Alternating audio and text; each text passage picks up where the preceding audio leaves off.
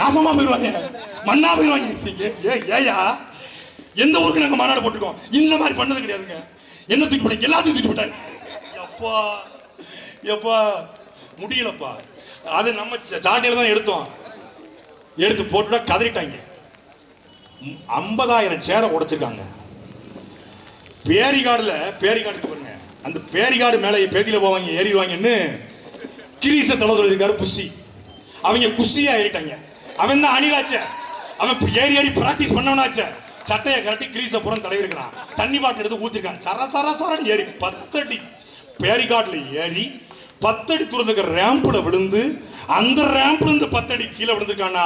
இவனை எல்லாம் ஒலிம்பிக் அனுப்புனா நீளம் தாண்டல் உயரம் தாண்டல இந்தியாவுக்கு விருது வாங்கி வந்துருவான்டா.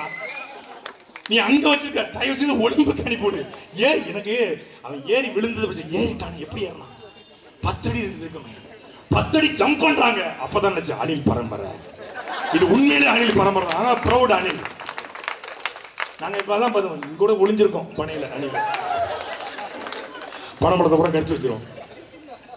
நம்மளுடைய என்டர்டைன்மெண்ட் பீஸ் அவங்க தான். அந்த தேர்தலில் நிறைய கண்டென்ட்டை கொட்டி கொடுப்பாங்க, நம்ம அப்படியே லைட்டை தட்டி விட்டு போவோம். போட்டி யாருக்கான போட்டி? ஊழலில் திளைத்திருக்கிற கருணாநிதி பிள்ளைகளுக்கும் அந்த ஊழலை ஒழித்து தமிழ்நாட்டின் நல்லாட்சியை கொடுக்க விரும்புகிற பிரபாகரன் பிள்ளைகளுக்கும் தான் இந்த களத்தில் போட்டி.